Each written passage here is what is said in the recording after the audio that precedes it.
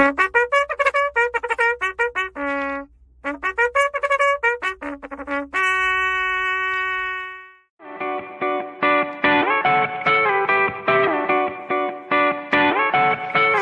feel like I'm on the ball today. I even felt exempted from the law today. It's like this revelation dawned on me. It's so amazing, help support the cause. I get everyone involved. I feel like I'm on the ball today. I even felt exempted from the law today. It's like this revelation dawned on me. It's so amazing, help support the cause. Boom! Good morning. Welcome back to the second half of the year and to another Nudelberg Daily Huddle.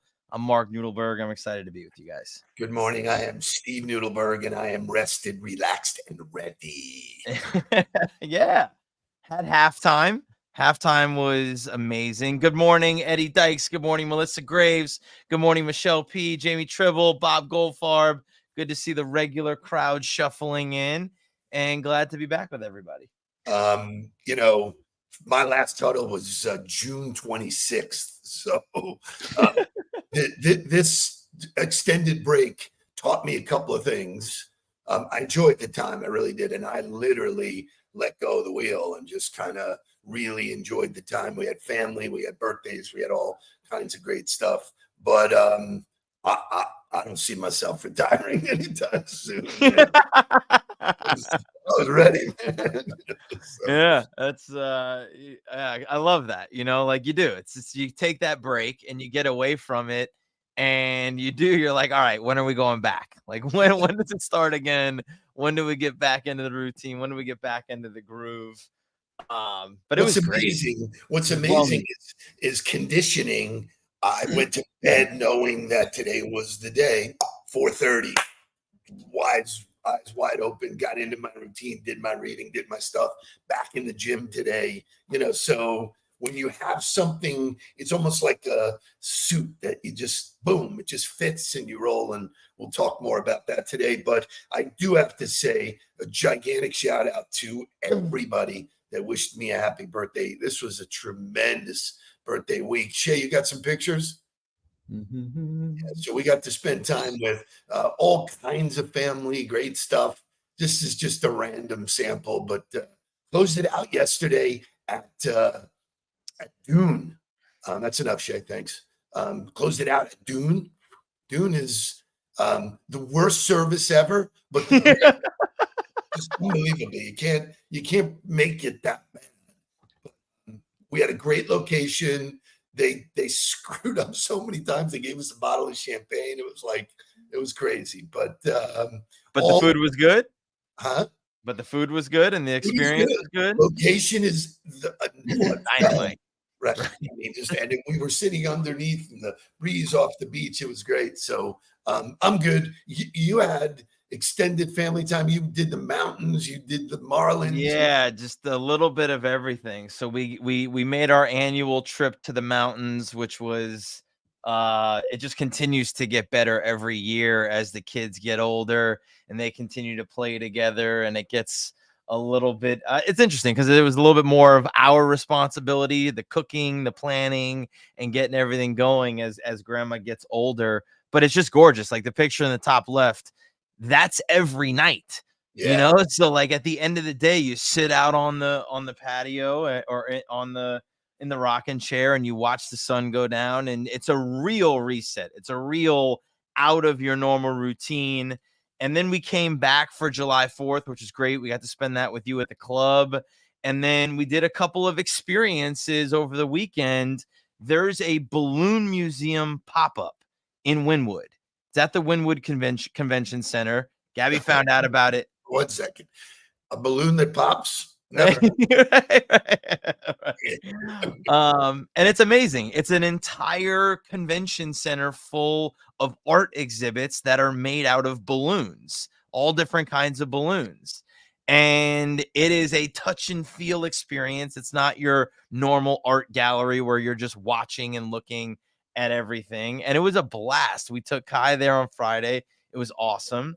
And then we took the boys to the game, to the baseball game on Saturday, which I will tell you, Marlins Park, very easy to get in and out of. Like, it was right down 95, right off over the bridge. We caught the bridge, which made it worse, and it was still super easy to get there. There was no traffic because nobody was there. And then it's a great ballpark. It's really pretty, and it was cool, and it was nice, and we had great seats. We sat unbelievably cheap right on the third baseline. And then you watch two horrendous baseball teams play a game. Like, it was so bad. It was unbelievable because, like, what should be a really good experience, the product was just horrendous. I told Mark I'll dust my cleats off if they'll have me. They might. Right. Right. I mean, you're like watching a minor. It's like, I'd rather watch like Major League, the movie, like that would have been more entertaining. What's funny is that if they had hey, come try out, then all of those families would actually come, and so you'd have more people in the park. But like, when you look up at the lineup and there's not a single hitter batting over 300, it's like, come on, like, what are we doing? Yeah, it really is. But it was great. The boys loved it. They had ice cream out of the helmets and all of the things that I did as a kid with you going to Marlins games. They did as well, just with way different colors and a way different experience. Well, I will tell you, I mean, the Marlins gave me a Game 7 walk-off experience, so I saw that. I saw the Panthers in a Game 7, obviously still celebrating that. So a little bit of the conversation, right? Like, because that's the brand for me, was the Marlins of Joe Robbie Stadium at that time, and the teal and the black, and they have those pictures on the wall when you walk into the building. But now the colors are different. The logo is different. Nothing is the same. So I don't even consider it to be on brand for what they had created. And really, for me, like, what I would love about it, what I would want to go for, it's not there. So it's like a disconnect from generation to the next generation, and trying to have some kind of do it. So Fridays they wear their throwback when they're at home. Right. Then it was the Florida Marlins. Now it's the Miami Marlins. Right. The whole different brand. Florida Panthers went into Miami and grabbed a lot. So anyway, some great stuff. Still celebrating on the Panthers side. Kudos to you, because you bring your kids to experiences. So, Joey Jansen is the LinkedIn user, Shay. He saw something last week about hitting in general this season. Yeah. I love that. Joey chimes in and said very few over 300 this season. That's an interesting stat. Yeah. So if you look in the National League, so our guy that we traded, Arise, hitting 315. So yeah, you hit over 300, you're doing right. Sorry, still don't know him. I wonder if the pitch clock has something to do with that. The fact that they're coming faster, it's a little bit more difficult for batters. The pitch clock is having supposed effects on pitchers getting hurt more often, than anything else. Wow. Interesting. Well, yesterday was the busiest travel day ever. 3 million people went through TSA. Hopefully everybody's back in a safe spot this morning. Hopefully those 3 million people are listening to show 958 for us. We're galloping towards, but I got a surprise. Double shot of motivational music to get this next 6 months going. It's going to be the balance of our conversation is, what are you going to do now? 6 months is in the books. What are you going to do now to make this the best? But let's get started with some Aerosmith.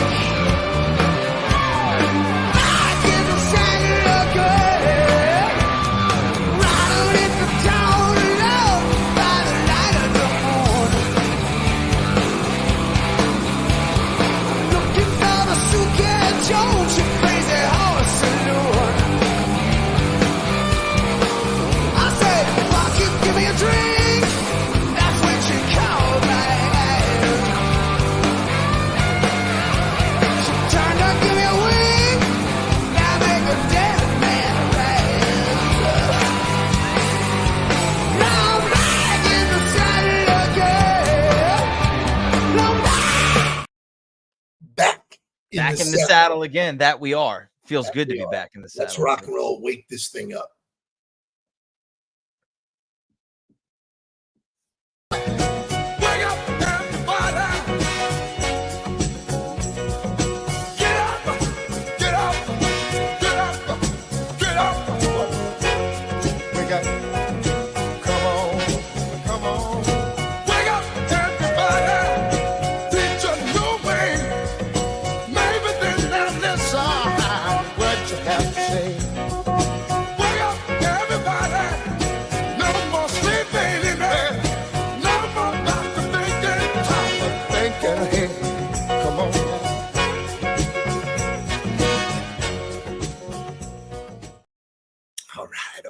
So for those that are wondering, Jake is entering the second week of his European adventure.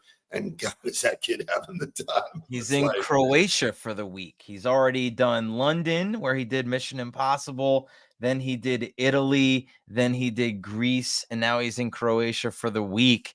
And yeah, I can't wait to get the full data dump from him. I miss him, man. It's been, he left on the 26th, man. So I miss him. It'll be good to see him, as we do every day, right? We do daily affirmation, thoughts, things. There's so much in the world. Clint Eastwood, 94 years old, said this, Mr. Mark. Do not look for luxury in watches or bracelets. Do not look for luxury in forks or sails. Luxury is laughter and friends. Luxury is rain on your face. Luxury is hugs and kisses. Don't look for luxury in shops. Don't look for it in gifts. Don't look for it at parties. Don't look for it at events. Luxury is being loved by people. Luxury is being respected. Luxury is having parents alive. Luxury is being able to play with your grandchildren. Luxury is what money can't buy. I love that. Woo! 90. I love that. From a guy that, by most people, pulls up 3-pointer. Bang! Bang! It's good. Guy lives 94 years old, does all of the things he does, and then that's his comment. That's a wonderful, I think, just beautiful thing. I stumbled across an Instagram account that doesn't do anything but interview old people, like old. Like you have to be over 75 to qualify to get on the page. And they walking down the street. And these are some of my favorite Instagram accounts, by the way. There's another one, Body by Mark. All he does is stop fitness, the people who look fit, and ask him what their workout routine is and what their diet is. Anyway, stumbled upon this account where they ask old people and they ask them, what's one thing that you used to care about that you no longer care about? What's the keys to aging? What are the keys to living a fulfilled life? And without hesitation, everybody says money was overrated. They all spend their younger years trying to make so much money, and they realize that all you need is enough money, right? To not, struggle for the bills or cover what you need to cover. And that the most important thing in their life is relationships. They talk about the relationship with their spouse, the relationship with their friends, their kids. Those are without hesitation. Every single person who gets asked the question says the same thing. So it's amazing how that resonates. There's no doubt that there is a key to life that I did not know early in my life. Right. Picked up later. There's no doubt. I would answer that too. So good morning, Shelby. You don't qualify for his page yet, though. You're not 75, so relax. Good morning, Casey. Good to see you. Good morning, Andrew Barislav. Thank you for that referral, man. Referrals make the world tick. So I'm a big fan of Matt Graham. You talked about Instagram. I follow people who have done shit. Matt Graham used to be fat, out of shape, whatever. He did something about it. Action. He talks about the 6 months. 6 months. You got 6 months left in the year. Why don't you take those 6 months and donate that time to your future self? Why don't you commit to something that you're going to thank yourself for doing 6 months from today? Because when January 1st rolls around, you can either be 6 months closer to your goals, or you can be exactly where you are right now, if not a little further away. You can either get to January 1st and be so pissed off about what you did the previous 6 months that you feel like you have to change your whole personality with a whole list of resolutions, or you can get to January 1st and have things be going so well that you feel like you don't have to change anything at all. Yeah, I love it. I mean, and I don't like closer to your goals, just 6 months better, right? You have a choice to be January 1st to be 6 months better or 6 months worse. That's the reality. You will not maintain. You will not be the same January 1st as you are right now. So you get to decide whether you will be 6 months better or 6 months worse, starting right now, starting with the second half. Have that decision, and I love that. So as I promised before we get into the discussion, and here's the discussion, the key to restarting your engines. Before we do that, let's listen to, you want emotional music? Listen to Pat Benatar.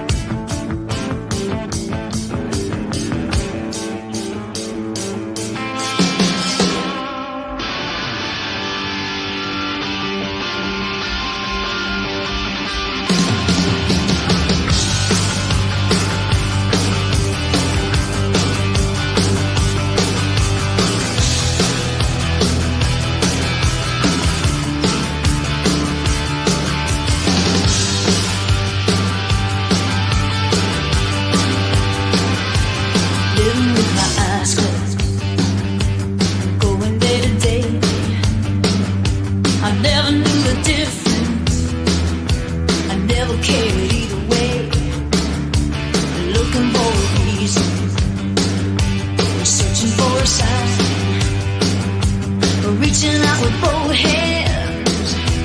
Gotta feel the kick inside.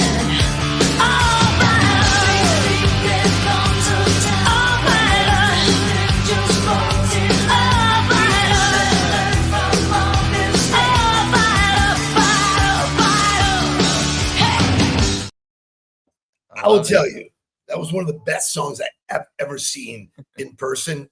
Yeah. Her husband is one of the best guitarists ever, and they just ripped the place up with that. There comes a time when everything aligns, man. This is your time. So how do you do it? I know I'm super pumped. I talked about it in some of my social media. I said the keys for me are organization. Like, I have my shit wired. Like, I know where everything is. I'm not worried in my head to go find shit. Repetition. Yeah. You know, what are my reps? What are the reps I'm going to do? I got right back into the reps in the gym, and then just being consistent about it. So those are my three. You know, we got 5 minutes left in the show. Give us yours, man. You're spot on. I think I want to preface it by saying you've taken teams out of the locker room who have had shitty first halves. So, yeah. You know. Well, and that to me is like, so that's what I love about the way the calendar is set up, is it offers you this time, whether you only took Thursday and Friday as a holiday and you got a 4-day weekend, whether you took the whole week or a week and a half prior, whatever it is, you got that break, right? And regardless of how you started the game in football, it was always good, bad, ugly, whatever. You had to go to halftime. Everybody's got to go in the locker room. So the best teams were always the ones who knew how to handle halftime. Winning or losing, do you go in? Do you talk about what happened? Do you reflect? Do you review? Do you point out the issues? What's going well? What's not going well? What's not working for us? And do we abandon ship on that? Do we make some adjustments to it? How do we fix it? What's the plan to move forward? And then once you have the plan, then you got to recommit, right? You got to recommit to going out and doing it again, because maybe you fumbled and maybe it was shitty in the first half. You got to let it go. And then you got to go, all right, I'm committing now to the second half. We're going to go have the best half of football we've ever had. We're going to go have the best half of business that we've ever had. Or you had a really great first half and things are going well, and you come out and go, okay, I'm committed to the same intensity, the same effort, the same exact strategy that I had going in January 1. I'm recommitting to that to go do it again. So organization is key. You talked about that. And the reps, like for me, the plan has got to be, what are the numbers that you're committing to? How many days a week are you in the gym? What are you doing diet wise? How many days are you eating clean? When are your cheat days? Business development.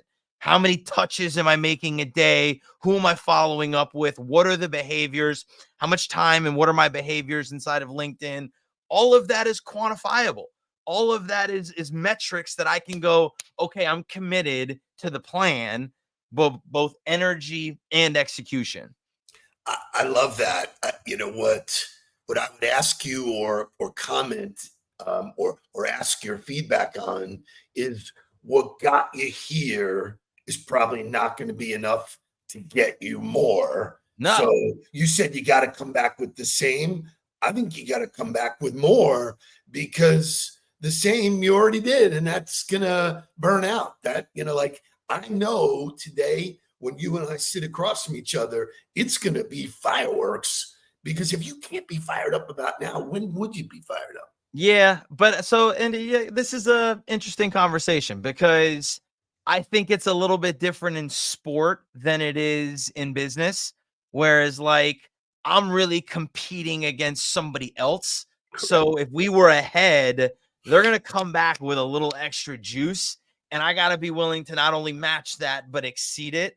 Whereas for me, in business and in life in general, you're really just competing against yourself. So yes, I do need more. I can't go, oh, I'm going to coast on what I did earlier in the year. And I think we're saying the same thing slightly differently. I'm not going to go do two a days in the gym now.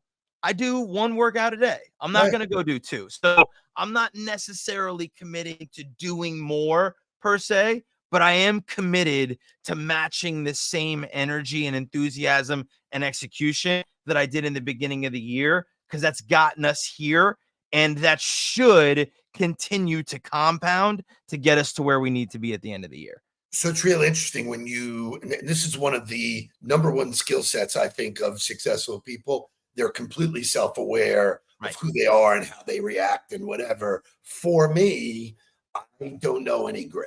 It's either black or white. So like June 26th, I was off the reservation. I ate, I drank, I just did whatever the fuck I wanted to do. Yeah. Today, it is 2-a-days. Today's it's in the gym, it's water all day. It's, it's just that black and white stuff works for me. There's a line that I knew Monday morning represented. I've lived my whole career this way. Yeah.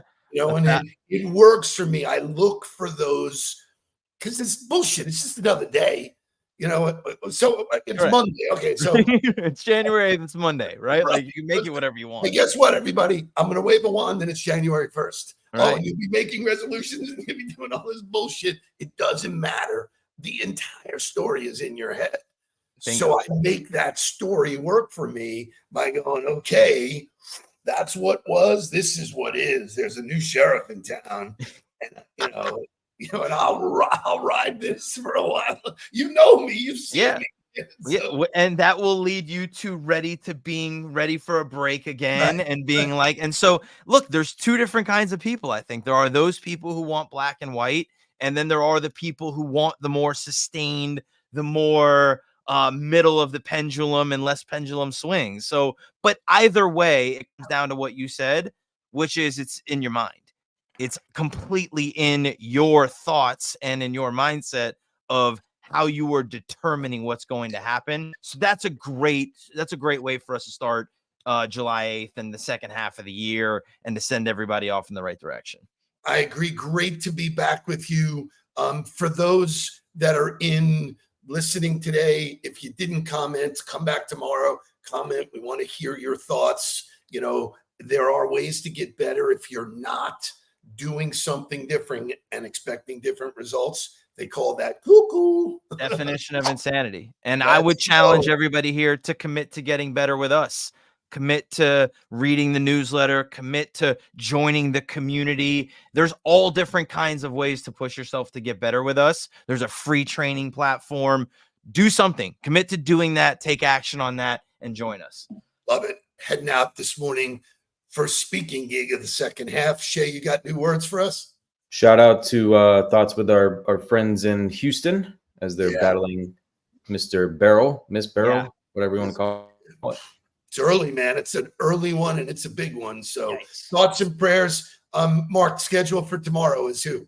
You and me. We're back again for another show. Let's go. Back again. I can't wait, man. Back in the saddle. Please don't worry about me. I'm about to let my heart speak. Friends keep telling me to leave this. So let's get down to business.